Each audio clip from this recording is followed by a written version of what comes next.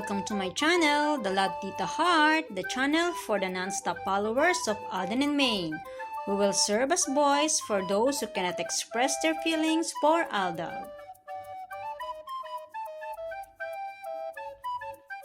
Kamusta po kayo mga ka-non-stop? Good day po sa inyong lahat. Bago po tayo tumungo sa kaganapan kay Alden and Maine, please subscribe and hit the notification bell para ma-notify po kayo sa mga bagong video na i-upload ko.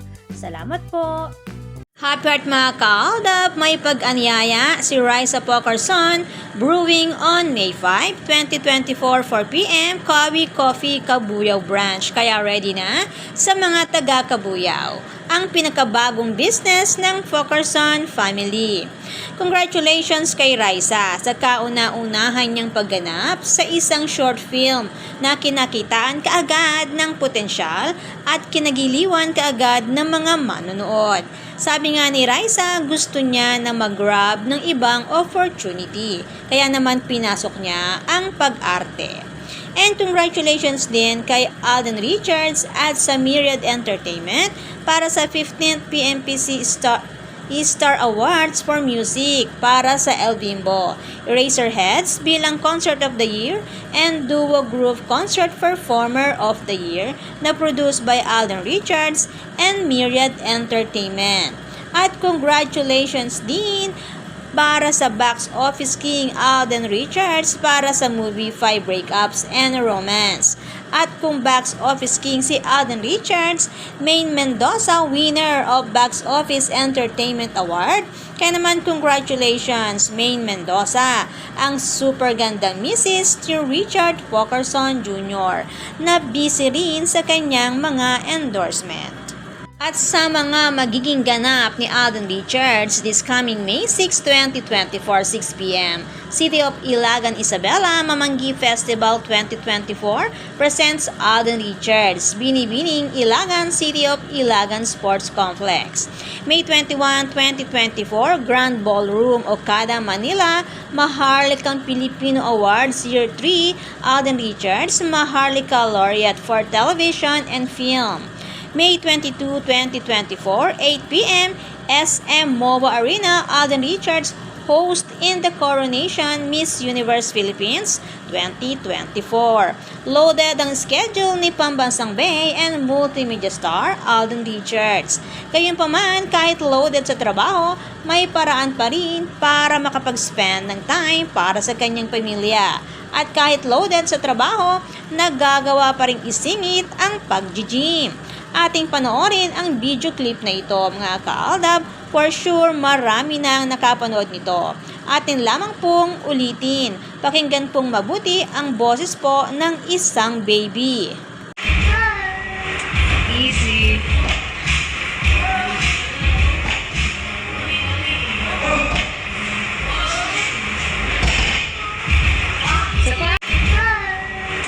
Easy.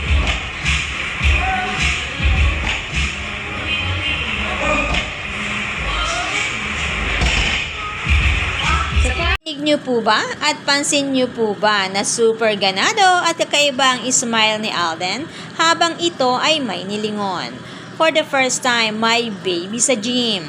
At kung mapapansin ang sound ng baby, ay tila ba nagpapakalong ito or gustong magpakalong kay Alden. Normal sounds and gesture ng baby kapag nakikita nito ang mommy or daddy. Kaya naman matapos ibaba ni Alden ang binubuhat nito, ay napakasayang smile ang ibinigay nito sa paglingon kung saan nanggaling ang sound ng baby. Hindi man natin sure kung sino ang baby pero malinaw ang sounds. Sounds like gusto niya magpakarga. Sabi ng iba, baby daw iyon ng trainer ni Alden. Ang baby ng trainer ni Alden malaki na. Kung hindi po ako nagkakamali, mga 3 to 4 years old na. For sure, matatas na yon magsalita. Di tulad ng sounds ng baby sa video, humuhuni lang siya. Sabihin na lang natin na cryptic message ito dahil naglipa na ang sarsuela sa mga event na pinupuntahan ni Alden Richards. And this message ay para sa buong fandom ng Aldab Nation and True-Blooded Aldab Nation dahil mahal na mag-asawa ang Alden and Maine ang fandom na naging kasama nila mula umpisa. Hanggang ngayon nananatiling nagmamahal din sa kanilang dalawa at hanggang dulo na naghihintay ng tamang panahon part 2. Samantala, happy birthday kay Seb and baby playmate, ang mga apo ng Aldab Nation and True-Blooded Aldab Nation na pinananabikang makita on national television sa pagdating ng tamang panahon. Samantala, katatapos lang last Saturday ng greet and meet ni Alden sa Bibo at pansin na sinusundan talaga si Alden ng Sarsuela. Pansin na nakapattern ang Sarsuela Part 2 sa Sarsuela Part 1. Ibig sabihin, katulad ng ginawa sa Alda, pinaghiwalay at pilit iginawa ng gimmick para tumiwalag ang mga fans. Ika nga ng ating ka-admin, pati bayan ito kung bibitaw ang fans o mananatili ito. Basta ang blessings para sa Fokerson Jr. family ay patuloy at iyon ang importante. Ang tanong, ang mga management nila at may pakana ng Sarsuela ay okay pa ba?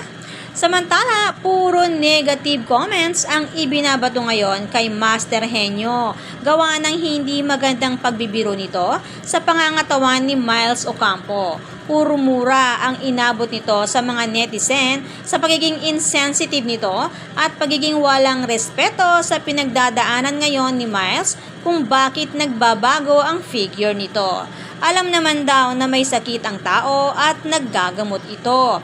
Kasabay na rin ng unti-unting pagbagsak ng ratings ng Eat Bulaga na nasa 3.7 na lang ang ratings sa nakaraang preliminary overnight data ng Nutam People's Rating Nielsen Philippines May 2, 2024. Habang ang kasabay nilang Eat Showtime ay nasa 7.8 ang ratings. Ang laki ng agwat, ang laki ng ibinaba ng ratings ng naturang noontime show na masasabing isa na lang itong longest running noontime show pero kakaunti na lang ang porsyento ng nanonood nito.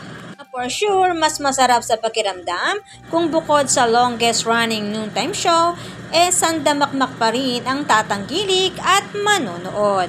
Kaya nga lamang ngayon ay hindi na kasing lakas ang naturang show noong panahon ng Aldab. Aminin man o hindi, masasabing walang pagpapahalaga sa fandom ng Aldab Nation and True-Blooded Aldab Nation ang management ng naturang noontime show.